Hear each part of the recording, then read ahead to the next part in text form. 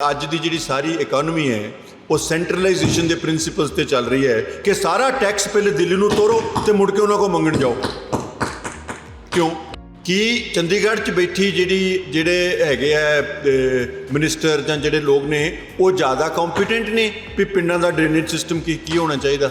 ਸਾਰੀਆਂ ਪੰਚਾਇਤਾਂ ਇਹ ਕਰਨਗੀਆਂ, ਸਾਰੀਆਂ ਬੋਰਡ ਆਫ ਸਟੱਡੀ ਇਹ ਕੋਰਸ ਬਣਾਉਣਗੀਆਂ। UGC ਉੱਥੋਂ ਬਣਾਈ ਜਾਂਦੀ ਹੈ ਜਿਹਨਾਂ ਨੂੰ ਕਹਿੰਦੇ ਆ ਸੈਂਪਲ। UGC ਦਾ ਕੰਮ ਸਿਲੇਬਸ ਬਣਾਉਣਾ। ਕਿਉਂ?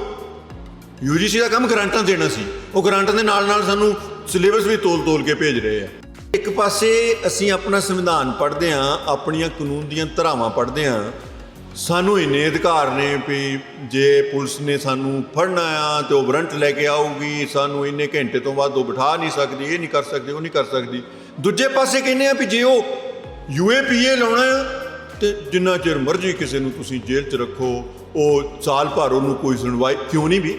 ਜਿਹੜਾ ਡਿਫੈਂਡ ਕਰਨ ਦਾ ਉਹਦਾ ਅਧਿਕਾਰ ਆ, ਉਹਨੂੰ ਉਤੋਂ ਵਾਂਝਿਆਂ ਕਰਕੇ ਲੰਬਾ ਸਮਾਂ ਲੋਕਾਂ ਨੂੰ ਇਸ ਤਰ੍ਹਾਂ ਜੇਲ੍ਹਾਂ 'ਚ ਰੱਖਣਾ ਤੇ ਮਨੁੱਖੀ ਅਧਿਕਾਰਾਂ ਦੇ ਉੱਤੇ ਚੋਟ ਕਰਨੀ, ਇਹ ਜਿਹੇ ਫੈਸਲੇ ਵੀ ਸਾਨੂੰ ਨਾਮਨਜ਼ੂਰ ਕਰਨੇ ਚਾਹੀਦੇ।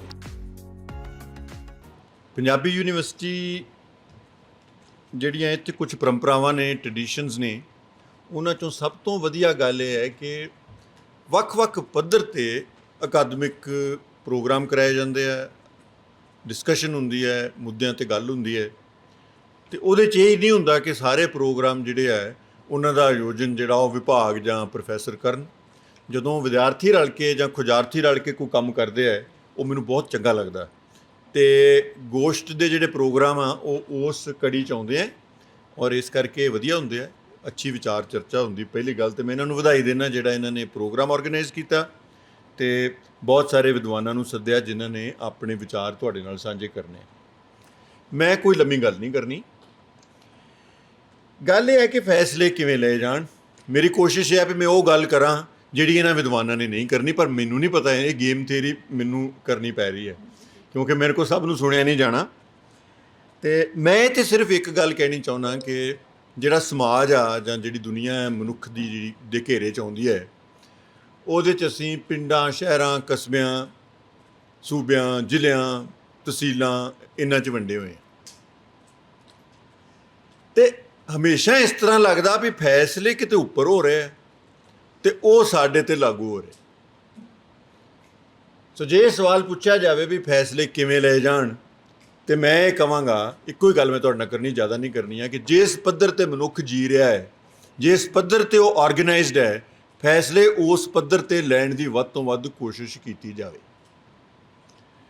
ਕੀ ਉਹ ਥਾਣੇਦਾਰ ਜ਼ਿਆਦਾ ਕੰਪੀਟੈਂਟ ਹੈ ਫੈਸਲਾ ਕਰਾਉਣ ਦੀ ਪਿੰਡ ਦੇ ਸਰਪੰਚ ਨਾਲੋਂ?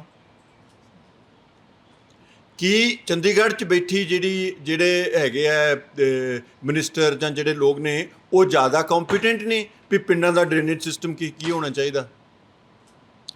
ਸੋ ਜਿੰਨਾ ਚਿਰ ਅਸੀਂ, ਮੈਨੂੰ ਪਤਾ ਹੈ ਕਿ ਅੱਜ ਦੀ ਜਿਹੜੀ ਸਾਰੀ ਇਕਨੋਮੀ ਹੈ ਉਹ ਸੈਂਟਰਲਾਈਜੇਸ਼ਨ ਦੇ ਪ੍ਰਿੰਸੀਪਲਸ ਤੇ ਚੱਲ ਰਹੀ ਹੈ ਕਿ ਸਾਰਾ ਟੈਕਸ ਪਹਿਲੇ ਦਿੱਲੀ ਨੂੰ ਤੋਰੋ ਤੇ ਮੁੜ ਕੇ ਉਹਨਾਂ ਕੋਲ ਮੰਗਣ ਜਾਓ। ਕਿਉਂ? ਸੋ ਮੈਂ ਤਾਂ ਇੱਕ ਹੀ ਗੱਲ ਤੁਹਾਡੇ ਸਾਹਮਣੇ ਰੱਖਣੀ ਚਾਹੁੰਦਾ ਕਿ ਜਿਹੜੇ ਸਕੇਲ 'ਤੇ, ਜਿਸ ਪੱਧਰ 'ਤੇ ਮਨੁੱਖ ਜਿਉਂਦਾ ਹੈ, ਵੱਧ ਤੋਂ ਵੱਧ ਫੈਸਲੇ ਉਸ ਪੱਧਰ 'ਤੇ ਹੀ ਹੋਣੇ ਚਾਹੀਦੇ ਆ।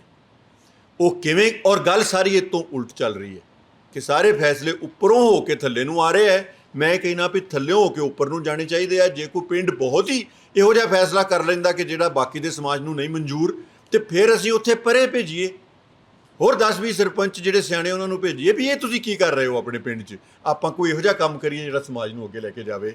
ਇਹਦੇ ਨਾਲੋਂ ਵੀ ਅਸੀਂ ਫਰਮਾਨ ਜਾਰੀ ਕਰ ਦਈਏ ਵੀ ਸਾਰੀਆਂ ਪੰਚਾਇਤਾਂ ਇਹ ਕਰਨਗੀਆਂ, ਸਾਰੀਆਂ ਬੋਰਡ ਆਫ ਸਟੱਡੀ ਇਹ ਕੋਰਸ ਬਣਾਉਣਗੀਆਂ। UGC ਉੱਥੋਂ ਬਣਾਈ ਜਾਂਦੀ ਹੈ ਜਿਹਨਾਂ ਨੂੰ ਕਹਿੰਦੇ ਆ ਸੈਂਪਲ। UGC ਦਾ ਕੰਮ ਸਿਲੇਬਸ ਬਣਾਉਣਾ। ਕਿਉਂ?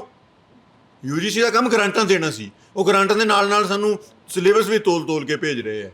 ਸੋ ਸੈਂਟਰਲਾਈਜੇਸ਼ਨ ਦੀ ਬਜਾਏ ਡੀਸੈਂਟਰਲਾਈਜੇਸ਼ਨ ਕੀਤੀ ਜਾਵੇ। ਉਹ ਡੀਸੈਂਟਰਲਾਈਜੇਸ਼ਨ ਡਿਸੀਜਨ ਮੇਕਿੰਗ ਜਿਹੜੀਆਂ ਪ੍ਰੋਸੈਸਿਸ ਨੇ, ਉਹਨਾਂ 'ਚ ਆਪਸ 'ਚ ਸਿਨਰਜੀ ਪੈਦਾ ਕੀਤੀ ਜਾਵੇ ਅਤੇ ਜਿਹੜੀਆਂ ਉੱਪਰ ਫੋਰਮ ਬਣੇ ਆ ਉਹ ਮੋਡਰੇਟਰ ਦਾ ਕੰਮ ਕਰਨ ਅਤੇ ਸਿਰਫ ਇਹ ਗੱਲ ਦੱਸਣ ਵੀ ਆਹ ਸਾਡਾ ਜਿਹੜਾ ਓਵਰਆਲ ਜੀਣ ਦਾ ਤਰੀਕਾ ਜਾਂ ਸਾਡਾ ਸੰਵਿਧਾਨ ਆ, ਜੋ ਅਸੀਂ ਸਾਰੇ ਗੁੱਡਨੈਸ ਦੇ ਪ੍ਰਿੰਸੀਪਲਸ ਨਾਲ ਉਹਦੇ ਨਾਲ ਇਹ ਥੋੜ੍ਹਾ ਜਿਹਾ ਤੁਹਾਡਾ ਫੈਸਲਾ ਮੇਲ ਨਹੀਂ ਖਾਂਦਾ, ਇਹਨੂੰ ਮੁੜ ਵਿਚਾਰੋ।